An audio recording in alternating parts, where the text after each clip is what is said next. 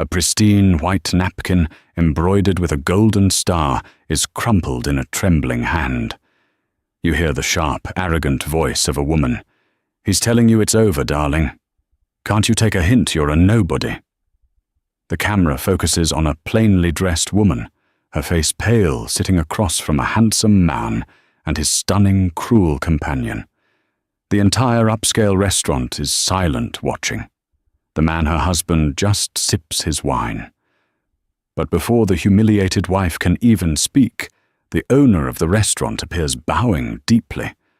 Not to the husband, not to the mistress, but to the nobody, wife, calling her partner. The restaurant was called L'Étoile d'Or, and it was a temple of quiet, suffocating wealth. Crystal glasses chimed with the sound of old money. Waiters draped in starched white moved like ghosts, and in the very center of this opulent stage sat Alice Warren, feeling like an understudy accidentally thrust into the lead role. She was wearing a simple navy blue linen dress. It was 10 years old. It was the dress she'd worn on her first real date with Mark, back when he was an ambitious associate with more charm than cash, and she was a junior analyst who loved his laugh. Now the dress felt thin, its simplicity a stark contrast to the diamond-draped women at the surrounding tables. Tonight was their 15th wedding anniversary. Mark had texted her that afternoon. "L'Étoile d'Or, 8 p.m. Don't be late." It was the first time in 3 years he'd acknowledged their anniversary at all. Alice's heart, a small, hopeful bird, had dared to take flight. Maybe this was it. Maybe the coldness, the late nights, at the office, the scent of unfamiliar, expensive perfume on his suits. Maybe it was all just a phase. Maybe he'd finally seen the value in their shared history, in the quiet, steady home she had built for him. She had spent her life becoming the perfect support system. When Mark's company, Thorn Industries, started to take off, she'd quit her own promising career in finance at his request. "I need you, Alice," he'd said. "I need a stable foundation. You're my rock." So she became a rock, immovable, quiet, and slowly over the years worn smooth by his growing indifference. He was the CEO, the rainmaker, the one who attended galas and flew to Zurich. She was the one who managed the house, paid the surprisingly complex household bills, and volunteered at the city library. A nobody, as one of Mark's new flashy friends had once whispered at a disastrous Christmas party, just loud enough for Alice to hear. A waiter approached his smile, painfully polite. "More water, madame." "Yes, thank you," Alice said, her voice barely a whisper. He filled her glass, his eyes flicking for a brief second to her bare wrists, then to the heavy gold-laden arm of the woman at the next table, a certain Mrs. Davenport, a titan of city real estate. Alice shrank a little further into her chair. She checked her watch. 15 p.m. Mark was late. He was always late. She traced the small embroidered star on the linen napkin. L'Étoile d'Or. She'd always found the name a bit pretentious, but she knew from the detailed financial reports she reviewed every quarter that this particular establishment was one of the most profitable in the Etheria Hospitality Group's portfolio. It was a detail she kept to herself, just like she kept everything else. Her phone buzzed. It was Mark, running late, just arrived. A small, genuine smile touched Alice's lips. He was here. She smoothed her dress, ignoring the condescending glance from Mrs. Davenport. She would not let anyone ruin this night. This was their night. The grand oak doors of the restaurant opened, and Mark Warren walked in his tailored suit, impeccable, his handsome face set in the confident, dismissive mask he wore for the world. But he was not alone. On his arm, clinging to him, with a familiarity that struck Alice cold, was a woman.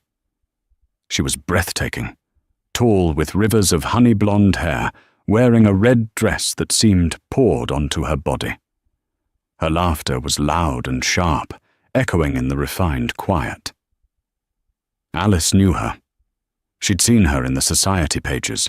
Seraphina Hayes, an influencer who was famous for, as far as Alice could tell, being seen with powerful men. They didn't walk toward the greeting stand.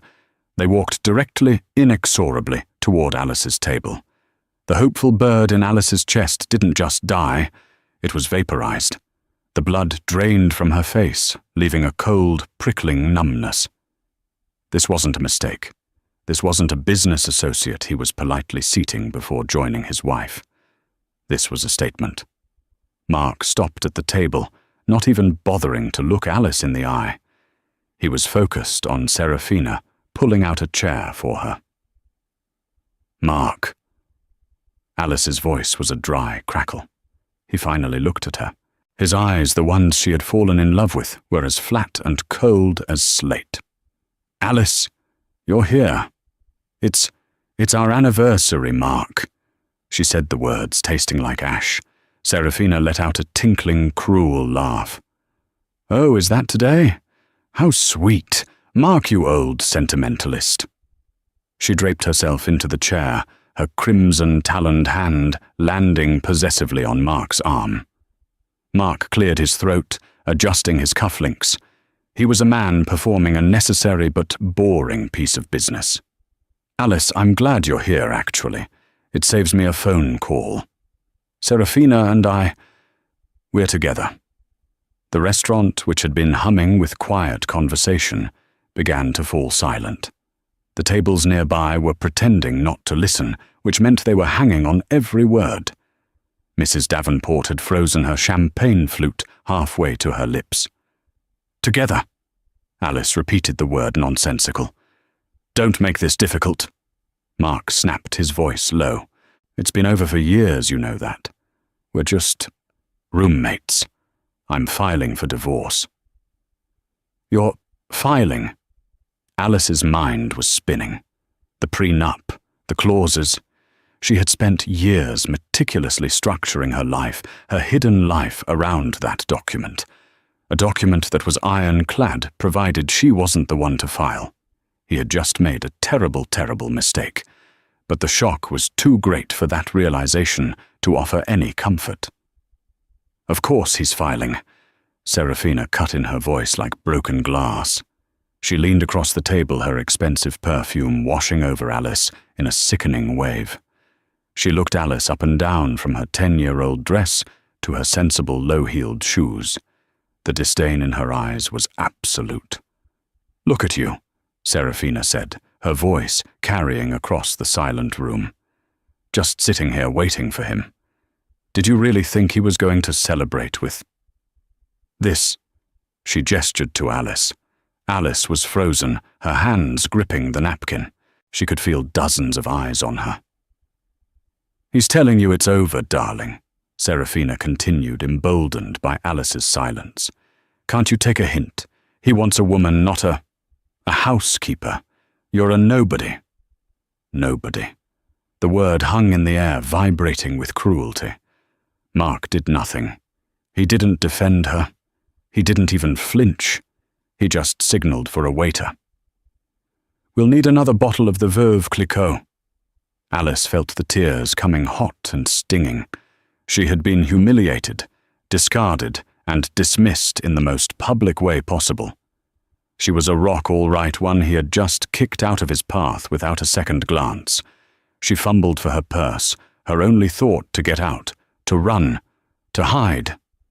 "You're not a nobody, Mrs. Warren." The voice was new. It was deep calm and carried an authority that instantly silenced even Seraphina's smug breathing. Alice looked up, her vision blurred. Standing beside their table was a man in a flawless black suit. He was not a waiter. He was older, with silvering hair at his temples and the sharp, intelligent eyes of a hawk. His name was Mr. Giraud. Alice knew him, but not from here. Mark, annoyed by the interruption, looked up. "Excuse me, we're in the middle of something. Go get the manager." Mr. Giraud's lips twitched in a smile that held no humor. "There is no need. I am he. Serafina scoffed. Well, manager, we're having a private conversation. Run along and get our champagne. Mr. Giraud did not move. He did not even look at Serafina. His entire focus was on Alice, and his expression was one of profound respect, and something else, a cold, precise anger. Mrs. Warren, he said, bowing his head slightly, I am so sorry for this disturbance. I was not aware you were dining in the main hall tonight. Your private room is of course ready. Mark stared his fork halfway to his plate. Private room? What are you talking about? She's with me. Serafina let out another braying laugh. Oh, this is priceless. Is this some restaurant policy? Pity the dumped wife. Don't bother Giraud. She was just leaving. Mr. Giraud finally turned his gaze to Serafina Hayes. The temperature around the table dropped 10 degrees. His eyes were not angry. They were analytical, like a biologist studying a particularly uninteresting insect. Miss Hayes, he said, his voice quiet, but slicing through the room. You are a guest in this establishment. This woman, he gestured to Alice, is not. Mark, his arrogance pricked, threw his napkin down. Now look here. I don't know what's going on, but I'm Mark Thorne of Thorne Industries. This is my companion, Miss Hayes. We are high-value clients. This, he waved a dismissive hand at Alice, is my soon-to-be ex-wife. She is a housewife, a nobody. She has no account here. Oh, Mr. Thorne. Mr. Giraud said, a note of genuine pity in his voice. That is where you are tragically mistaken. He turned back to Alice, who was slowly, very slowly emerging from her fog of shock. The numbness was being replaced by a familiar, cold clarity. The one she used in boardrooms. The one Mark had never ever seen. Madame. Mr. Giraud said, his voice reverting to one of pure professional deference. You are paying for this man's champagne. Shall I have it removed? The entire restaurant was now in stunned silence. Mrs. Davenport, the real estate titan, was watching Mr. Giraud with a look of sudden, dawning recognition. She knew exactly who he was, and it was clear he was not just a manager. What did you call her? Mark stammered, his bravado finally cracking. I called her Madame, Giraud replied, as is her title. Her title, Serafina sneered, though a tiny worm of doubt was now in her voice. What is she, the queen of nobodies? Alice finally found her voice. It was not the trembling whisper from before. It was low, clear, and steady. No, Miss Hayes, Alice said, looking directly into the other woman's eyes. I'm not. She placed her crumpled napkin on the table and rose to her feet. As she did, Mr. Giraud instantly reflexively pulled her chair out for her. It was a gesture of deep, ingrained respect. Giraud, Mark demanded, his face turning a blotchy red. What is the meaning of this? Stop this, are you her friend? Is this a joke? I'll have your job for this. Mr. Giraud actually smiled. It was a terrifying sight. My job, Mr. Thorne, that would be complicated. You see, while I am the acting manager of L'Étoile d'Or, it is only a very small part of my duties as the chief operating officer of Etheria Hospitality Group. Serafina's heavily penciled-in eyebrows shot up. Etheria. Even she knew that name. They owned 5-star hotels across the globe. But my most important role, Mr. Giraud continued, placing a hand on the back of Alice's chair, is acting as the right hand and public-facing executive for our firm's founder, principal investor, and majority owner. He turned his body angled fully toward Alice. The real partner, Madame Alice Warren. The silence that followed was so profound that the distant clatter of a dish from the kitchen sounded like a gunshot.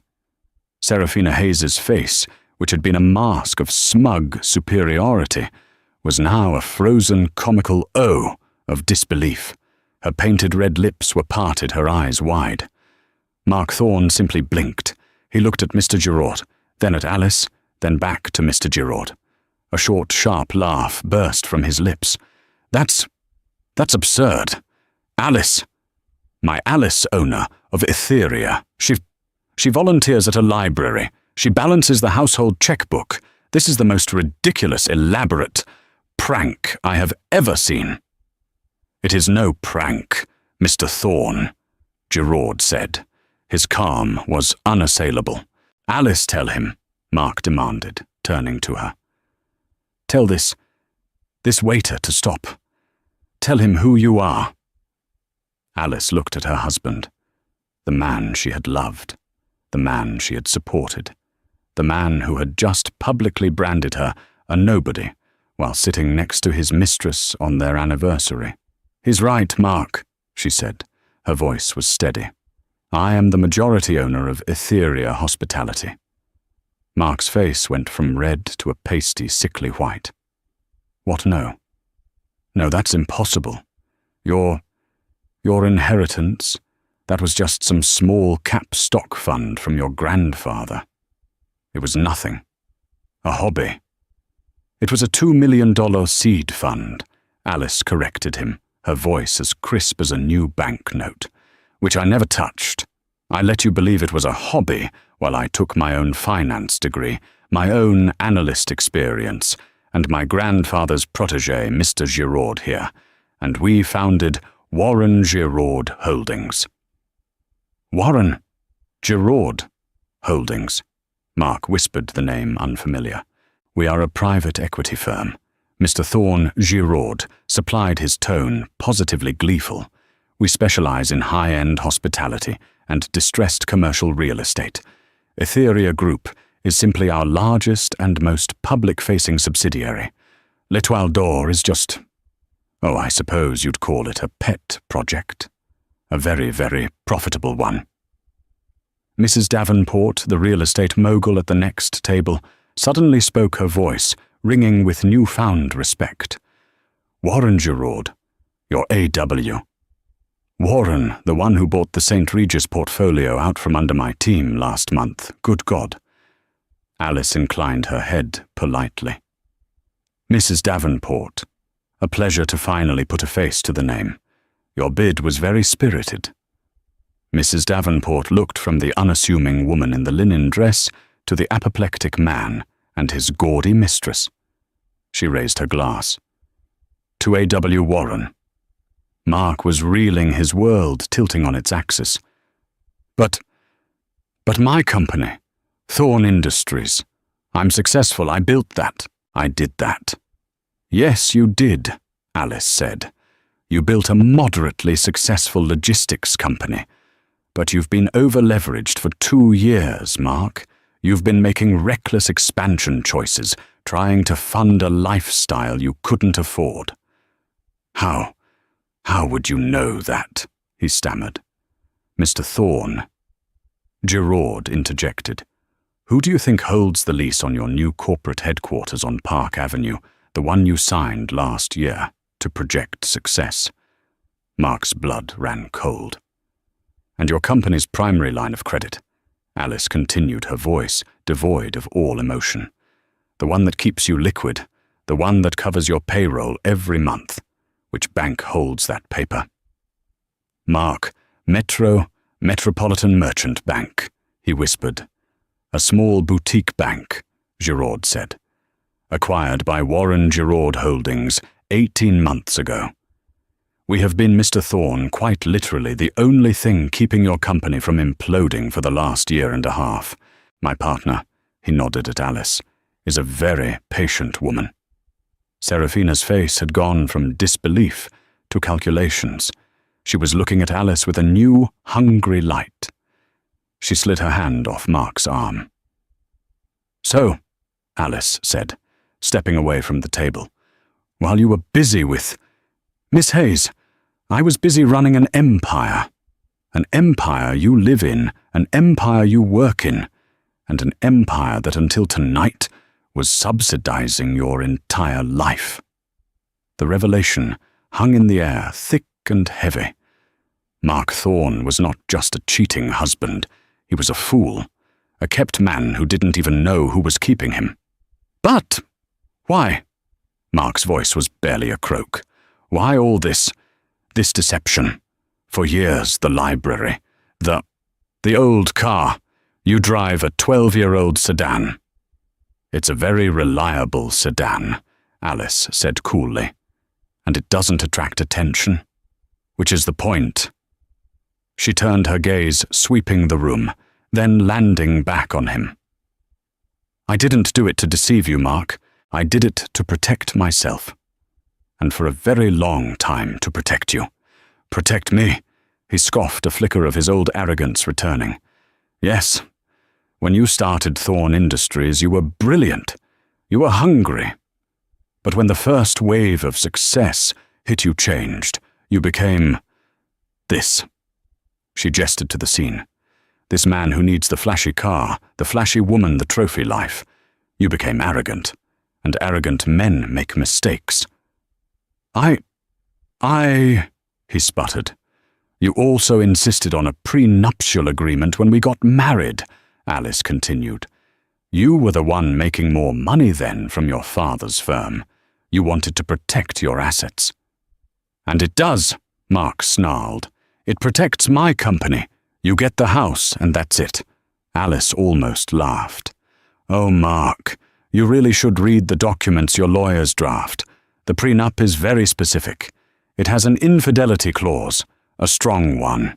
If you were proven to be unfaithful, you would forfeit any and all claim to my assets. But if I filed for divorce, for any other reason, my assets, or what you perceived as my assets, would be split 50-50. The pieces began to click into place in Mark's horrified mind. You knew, he whispered. You've known for how long? About Miss Hayes 6 months, Alice replied. About the woman before her in Zurich a year. I have photographs, bank transfers, hotel receipts. I have a very thorough legal team, Mark. I wasn't a nobody housewife. I was a CEO gathering data. For 2 years, Giraud added, my partner has been waiting. She wanted to give you a chance to come clean, to be the man she married. She was hoping. I was hoping, Alice confirmed, a flicker of genuine sadness in her eyes. I thought if I just held on, if I just kept supporting your company from the shadows, you would find your way back. Tonight, this was your last chance. Our anniversary, and you brought her. So what? Mark tried to bluster. So you get to keep your little hobby fund. I'll be fine. My company it's your company. Mark, Alice said, her voice dropping to ice, is a house of cards, and Warren Giraud Holdings is the table it's sitting on. You came in here tonight to call me a nobody and end our marriage. You just succeeded. But you didn't just end our marriage, you ended your career. Serafina Hayes, who had been quiet, suddenly saw her own future evaporating. The Park Avenue penthouse, the black card, the life she'd signed up for it, was all tied to him. And he was tied to Alice. Well, Serafina said, standing up and smoothing her red dress. She forced a dazzling smile at Alice. Alice, Madame, I have to say that is incredible. You are an inspiration to women everywhere. Mark always spoke of you, but he clearly didn't appreciate you. I can appreciate you. Alice looked at the woman with mild disgust.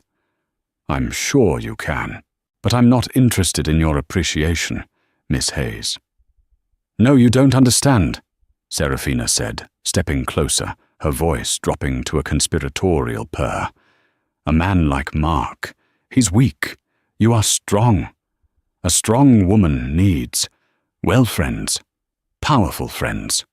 It was the most shameless pivot in history, from mistress to sycophant in 30 seconds. Alice simply shook her head. You're right about one thing. He is weak, and so are you." Alice's voice, now that it was finally unleashed, was not loud. It was worse.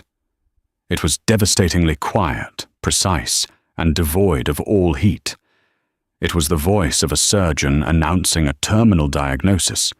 She did not look at the broken, sputtering man who was still technically her husband. She looked only at her chief operating officer. "Mr. Giraud," she said, her voice cutting through the stunned silence of l'Étoile d'Or. "Yes, madame," he replied, his own voice, a perfect mirror of calm professionalism. "Please contact our legal team. The senior partners. I want them awakened if necessary.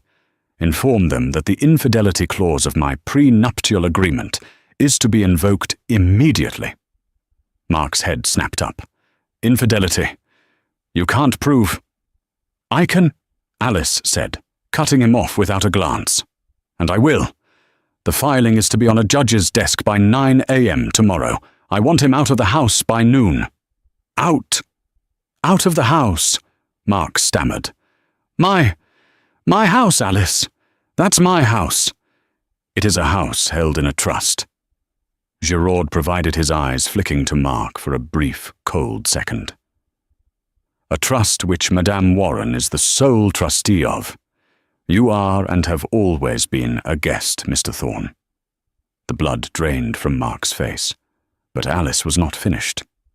"Also," she continued, "instruct the board of Metropolitan Merchant Bank. I want an emergency remote vote called within the hour. They are to call in the entirety of Thorne Industries' outstanding line of credit, effective immediately." If Mark had been pale, he was now the color of wet cement. This was not a flesh wound. This was a kill shot. "No," he whispered, shaking his head as if to ward off a nightmare.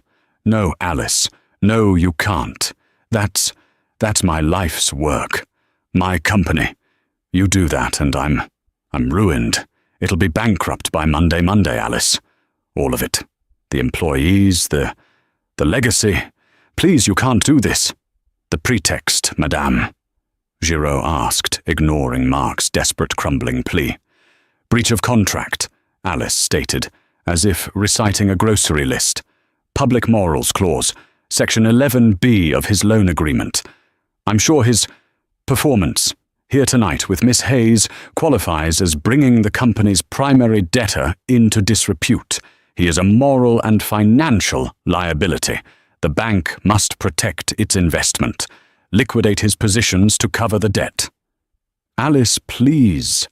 Mark was begging now, his hands outstretched. The entire room was watching the complete and total vivisection of a man who, 20 minutes ago, had been the king of his own small world. Alice finally turned her head and looked at him. Her eyes were not sad. They were not angry. They were bored, as if he were a particularly dull quarterly report. She then let her gaze drift to Serafina, who was frozen, her mind clearly spinning, trying to calculate this new, terrifying reality. "And Mr. Giraud," Alice said, her voice taking on a new icy edge of something almost like amusement. "One final piece of business. Miss Hayes mentioned something about Mark's sentimental nature. I too am feeling sentimental." She paused, letting the words hang. "I believe I'd like to own the apartment building she lives in." Serafina let out a small choked sound. "What?" Mr. Giraud was already checking his secure device. "Ah, the St. Regis residences. As you know, madame, we already own 40% of that building's holding company as of last quarter. Buy the other 60%, Alice ordered. I don't care what it costs. Pay a 30% premium if you have to. I want it closed, tonight. And then tomorrow morning, I want you to personally review Miss Hayes's lease. I am certain she is in violation of something. A noise complaint, an unregistered guest, a morality clause of her own. Find it and terminate her lease. I want her out by the end of the day." This blow landed. Serafina's mask of calculated greed shattered, revealing the raw, bottom-feeding panic beneath. Mark Thorne, the bankrupt fool, was worthless. But her home... This was the moment Mark's desperation snapped into its final pathetic form, bargaining. The anger hadn't worked. The denial hadn't worked. Now the plea. "Baby, listen to me," he said, his voice thick with a sudden grotesque imitation of love. He lunged, trying to grab her hand. Alice moved it away before he could touch her. "Alice, baby, it was a mistake, a stupid, terrible mistake. She means nothing to me. You know that it's you. It's always been you. I love you. I've always loved you. It was this final pathetic lie that made Serafina explode. You love her." Serafina's voice was a raw, ugly shriek. She pointed a crimson-taloned, trembling finger at the begging man. "You just told me in the car you hated her, that she was a boring, cold housekeeper. You pathetic coward. You loser." "Shut up, Serafina!" Mark roared, his panic making him wild. "You're ruining everything. Just shut up. I'm ruining it." Serafina let out a horrible, hysterical laugh. "I'm ruining it. You just sat there and let your wife bankrupt you. You're nothing. She's right. You're a nobody." "Enough!" Mark bellowed. Alice watched the two of them, the mistress and the husband, tearing each other apart like rabid animals. She let the silence stretch her disgust, a palpable, cold aura. Finally, she spoke, her soft voice silencing them both. "You don't love me, Mark," she said, her voice clear and final. "You don't even know me." She looked at his desperate, sweating face. "You loved the idea of me.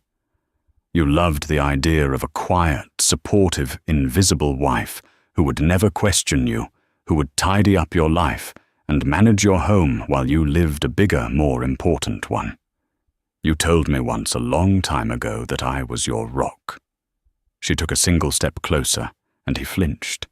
The whole restaurant seemed to lean in. "The thing you forgot about rocks, Mark," she whispered, "is that they are very, very heavy. And when you drop one, it crushes whatever is underneath." She straightened a general dismissing a disgraced soldier. She then turned her gaze to Serafina, who was frantically, uselessly trying to fix her ruined makeup with a napkin. "You called me a nobody, Miss Hayes," Alice said. "You were half right." She let the statement hang in the dead, silent room. "As of 9 a.m. tomorrow," Alice declared, "I am officially nobody's wife. I am not his—" She gestured with her chin to the broken man. "I am not yours to insult. I am my own. And you are just a temporary tenant, in my building. Enjoy your last night." She had said her piece. The execution was complete. She turned back to her COO. "Mr. Giraud," she said, her voice now crisp, all business. "Please have security escort Mr. Thorne and Miss Hayes out. They are finished, and they are disturbing the other diners." "My pleasure, madame," Giraud said. He didn't raise his voice. He didn't have to. He simply snapped his fingers. From a table near the bar, two large men rose. They were not in restaurant uniforms. They were in dark, impeccably tailored suits with earpieces. They looked like Secret Service. They were Alice's personal detail, and they had been dining quietly, waiting for this exact signal. One man moved to Mark, the other to Serafina. "No, get your hands off me," Mark yelled, his bravado, returning for one last pathetic gasp. "You can't... Alice, you can't do this. This is our anniversary." The plea was so absurd, so utterly disconnected from reality, that a woman at a nearby table let out an audible gasp of disbelief. Serafina was just as loud. "Don't you touch me. Do you know who I am? I'll sue you. I'll sue this restaurant. I'll sue her." The security man didn't flinch. He simply took her by the upper arm in a grip that was clearly like a band of steel. She yelped. They were half lifted, half dragged through the silent gauntlet of diners. They were no longer a power couple. They were a spectacle. "It's 15 years."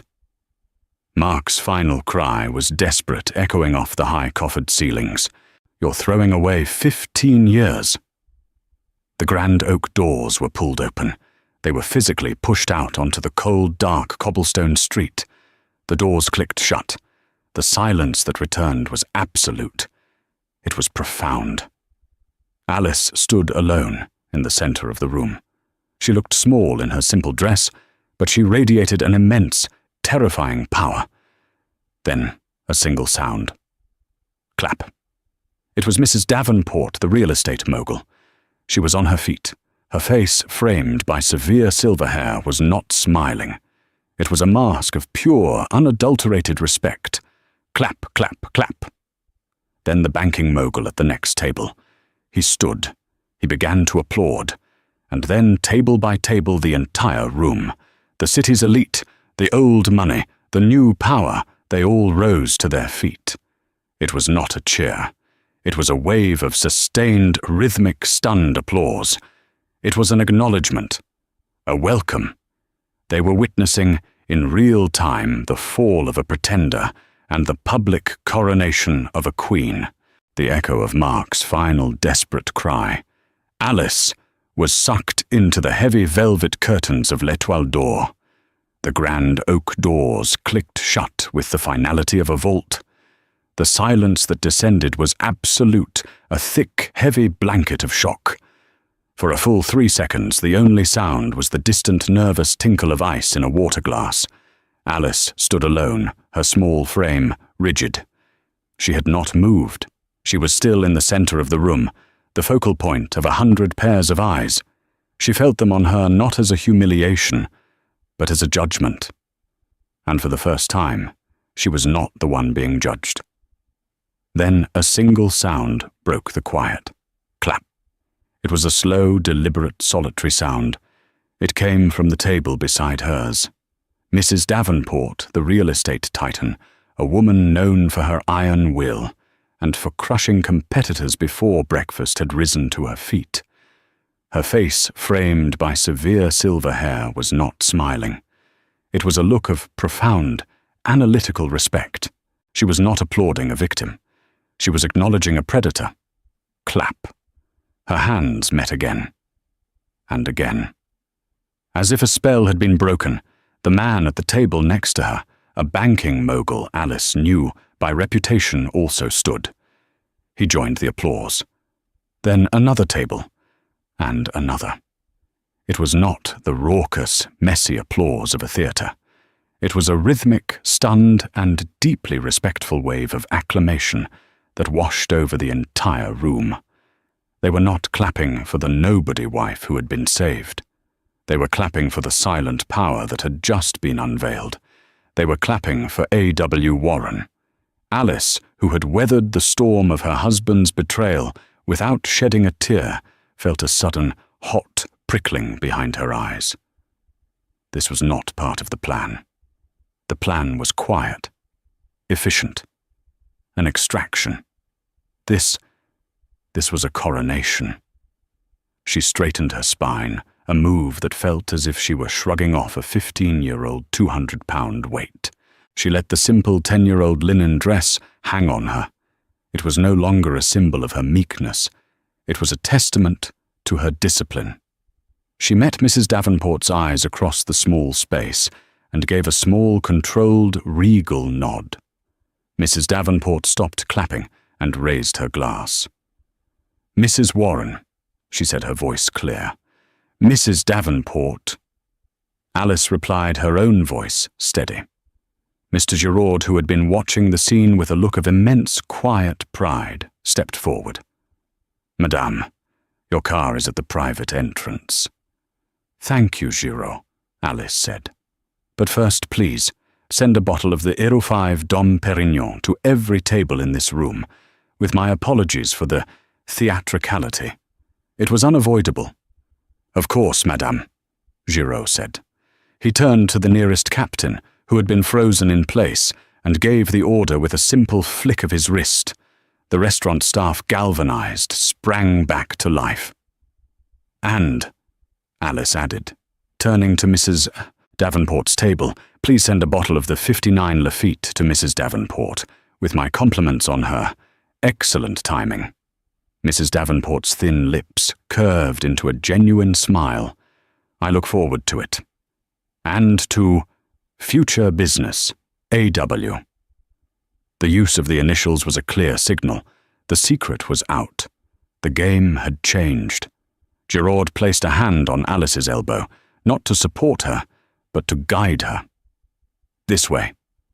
He led her not to the main doors where her husband had been ejected, but through a discreet, unmarked panel in the wall, panelled in the same dark mahogany as the rest of the room. It opened into a plush, silent corridor, carpeted in deep burgundy. The chaos of the dining room vanished. As the door clicked shut behind them, Giraud's entire demeanour shifted. The respectful, deferential manager was gone. In his place was the sharp, efficient COO, her grandfather's protégé, her mentor, and her most trusted partner. "Alice," he said, his voice brisk. "Are you all right? I'm Operational Giraud," she replied, her voice cooling by the second, shedding the last of the wife and becoming the CEO. He did exactly as the psychological profile predicted. Arrogant, dismissive, and he used the key phrase. Nobody. We have at least 50 witnesses to his public declaration of infidelity. Security feeds from the restaurant are already uploaded to the legal server, Giraud confirmed as they walked. Audio is crystal clear. The infidelity clause is ironclad. They reached a private elevator which opened at their approach. Inside, Giraud pressed the button for the subterranean garage. "Well," Giraud said, allowing himself a small, grim smile. "That was overdue." "It was necessary," Alice said, her gaze hardening. "He had to be the one to light the match. The prenup was specific. If I filed, it was a 50-50 split of perceived assets. If he filed or was proven in breach, I retained 100% of Warren Giraud assets, and he forfeited everything. He just handed me his entire future on a silver platter." The elevator doors opened into a pristine, white-tiled private garage. Only one car was present. It was not a flashy Ferrari or a stately Rolls-Royce. It was a Bentley Mulsanne, custom-built the color of a thundercloud. It was a vehicle that did not scream for attention. It simply possessed it. A driver in a dark suit stood at the open rear door. Alice slid in.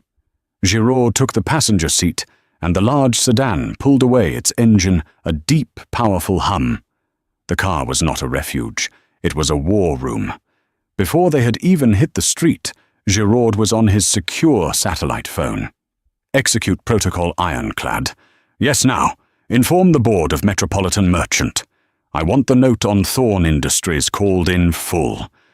Tonight. I don't care what time it is in London. Get the directors on the line.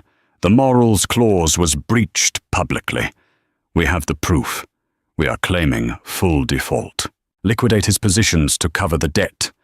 Yes, all of them." Alice, meanwhile, was on her own device, not a phone, but a hardened, encrypted tablet. She was not crying. She was not shaking. She was working. Her fingers flew across the screen. "Giraud," she said, not looking up. "Contact household staff. The locks on the main house are to be changed within the hour. My personal items were moved to the sanctuary last week. His are not." "Already handled," Giraud said, covering the mouthpiece of his phone. "Our team is on site now. He will be denied entry." "Good," Alice said. "Authorize them to allow him 1 supervised hour tomorrow to collect his personal effects. After that, anything left is to be donated. I want him erased from that house by noon." "Understood." Giraud turned back to his call. Legal team file the divorce proceedings. Timestamp them for 9:01 a.m. I want the injunction to freeze all joint assets and all Thorn Industries assets on a judge's desk by 9:05. He is not to move a single dollar. Alice closed her eyes for a moment, not in pain, but in calculation.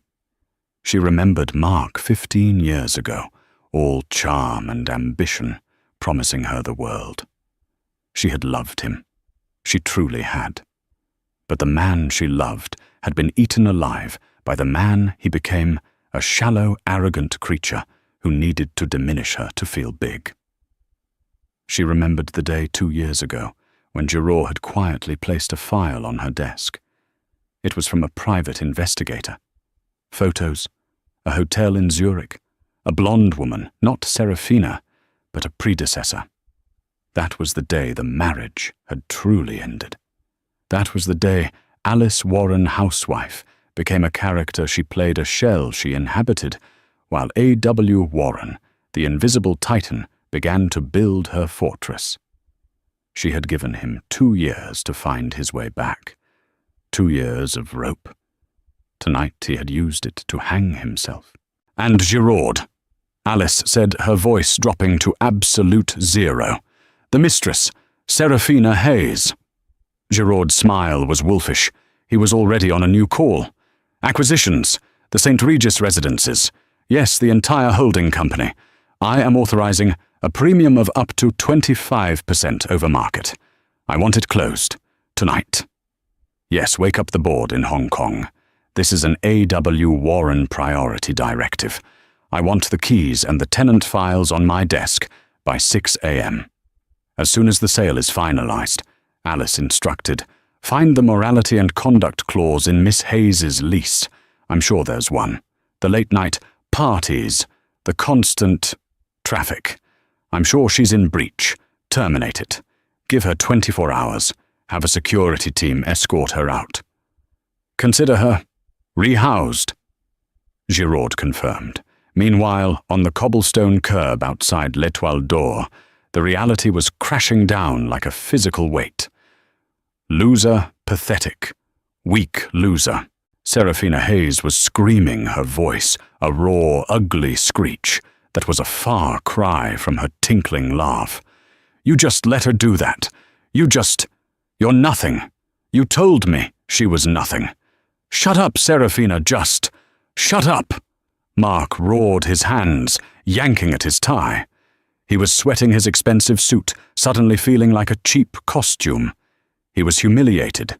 The doorman, a man he had tipped $100 bill just last week, was now staring at him with cold, dead eyes.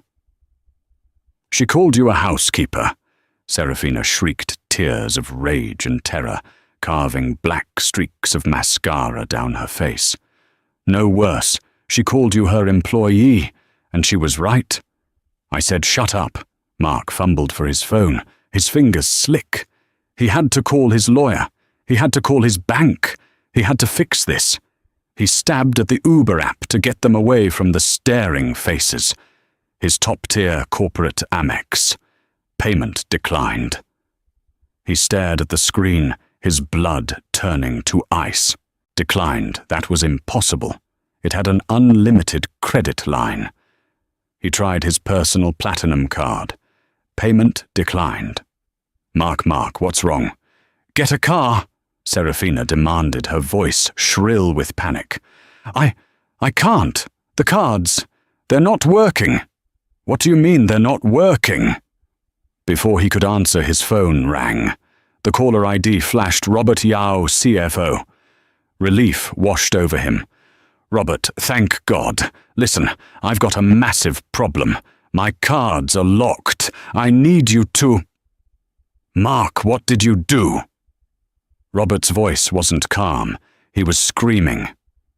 What the hell did you do, Mark? What are you talking about? Metropolitan Merchant Bank? They just called our entire 8-figure credit line. The whole thing, Mark. They're citing a morals clause. A morals clause. What the hell happened at that restaurant? They're seizing our assets. We're frozen. The payroll for Monday. It's not going out. We're finished, Mark. We're bankrupt. Mark's knees buckled. He physically slumped against the brick wall of the restaurant, the phone slipping from his nerveless fingers. He heard it clatter on the pavement. Bankrupt. Finished. He looked at his hands, the hands of a rainmaker. A titan. He was a nobody. Serafina was watching his face, her own a mask of dawning horror. Her future, the penthouse, the black card. It was all evaporating. Her phone buzzed. An email from St. Regis, New Ownership LLC, subject notice of immediate lease termination. She read the first line. Pursuant to clauses 14B and 21A of your lease agreement, violation of building conduct and morality policies, you are hereby given 24 hours to vacate the premises. No, she whispered. No, this is a mistake. She frantically dialed the building manager, a man she had wrapped around her little finger. Miss Hayes. His voice was cold, professional, and utterly unfamiliar. I'm sorry. The building was sold approximately 45 minutes ago. The new ownership is extremely particular. Your lease has been terminated effective immediately. A security team will be at your door at 9 a.m. tomorrow to escort you and any personal belongings from the property. You can't, she screamed. I have rights. You have 24 hours, Miss Hayes. Good evening. The line went dead. She looked at the broken, ashen-faced man sliding down the wall. She looked at her own phone. She was locked out. He was broke. She let out a single guttural sob of pure, undiluted despair. She was toxic, tied to a broke, humiliated fool. No one would touch her now. Alice Warren hadn't just divorced her husband. She had scorched the earth around them both. The Bentley Mulsanne didn't go to the grand Georgian mansion Mark thought of as home. It slipped into the city, pulling into a private, guarded subterranean garage beneath a sleek, anonymous glass tower. An elevator opened directly into a sprawling penthouse. It was nothing like the house. The house was filled with heavy, dark wood hunting tapestries and Mark's ego. This place was light, airy, and powerful, minimalist with walls of glass offering a 360-degree view of the city. It was filled not with clutter, but with priceless modern art. This was Alice's real home, the sanctuary he never knew existed. She stepped out of the elevator, and the 10-year-old linen dress suddenly looked like a deliberate artistic choice in the hyper-modern setting. Giraud was already there, a tablet in hand, a fresh espresso waiting for her on a marble console. Status, she said, taking the cup. Legal has filed, Giraud reported. The judge on call has already signed the injunction. All assets are frozen. Thorn Industries is for all intents and purposes defunct as of 9:30 p.m. The house. Locks are changed. Our team leader reported Mr. Thorn arrived 20 minutes ago. He was denied entry. He made a scene. The local police were called. He was cautioned for trespassing and left on foot. Alice took a sip. Good. And Miss Hayes. The St. Regis acquisition is complete. It cost a 22% premium as projected. She has been served her notice. She also made a scene. Let her, Alice said, walking toward the vast wall of glass. She looked down at the city lights. Her city. She had been invisible for so long, moving billions from the shadows, all while playing the part of the quiet, supportive wife. The mask was finally off. Her tablet chimed, an alert. Giraud looked at his own. Ah, it seems Mrs. Davenport works as fast as we do. She's officially withdrawn her bid on the waterfront project. Alice turned a small, genuine smile touching her lips for the first time. She has, indeed. Her senior aide sent a secured message to my office. And I quote, "Mrs. Davenport has no interest in a bidding war with A.W. Warren and would like to propose a joint venture instead." She's already forwarded the prospectus. Giraud paused, walking to a hidden wine refrigerator. He retrieved a single bottle. She also sent this via courier to A.W. Warren at this address. A 1959 Lafitte. Alice laughed, a real clear musical laugh that echoed in the vast open room. It seems she speaks the language. She knew the address. A smart woman, Giraud agreed. She recognizes real power. Set a meeting with her for Monday, Giraud. Send her a case of the 05 Dom in return. A gesture of shared theatricality. Yes, Alice. She unzipped the blue linen dress, letting it fall to the floor in a simple, discarded pile. She stood in a simple silk slip, looking out at the empire she had built in silence. She was not a nobody. She was not nobody's wife. "Oh, and Giraud," she said, turning back. "Yes. Call the community library, the volunteer program I work with. I want you to book a 2-week all-expenses-paid vacation for the entire staff to our new resort in Palm Beach.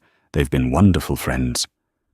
Giraud smiled, a true smile of affection for the woman he had known since she was a girl. "Right away, Alice. Welcome home." Alice nodded, taking another sip of her espresso, watching the lights of the city glitter like jewels. Her jewels. The old life was over. The real one was just beginning.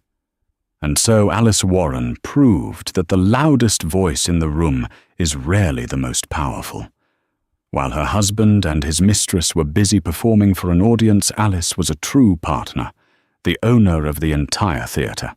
She didn't need to shout about her worth, because her success, built in silence and with precision, spoke for itself. In the end, it wasn't just a restaurant that belonged to her. It was her own life, which she took back in one single devastating move. What did you think of Alice's incredible story? Have you ever seen someone so underestimated prove everyone wrong in such a spectacular way? Let us know your favorite part of this story in the comments below. Did you see the twist coming? If you loved this video, please show your support by hitting that like button, sharing it with someone who needs to hear this message, and most importantly, subscribe to our channel for more real-life drama and powerful stories every single week. We see you, and we appreciate you.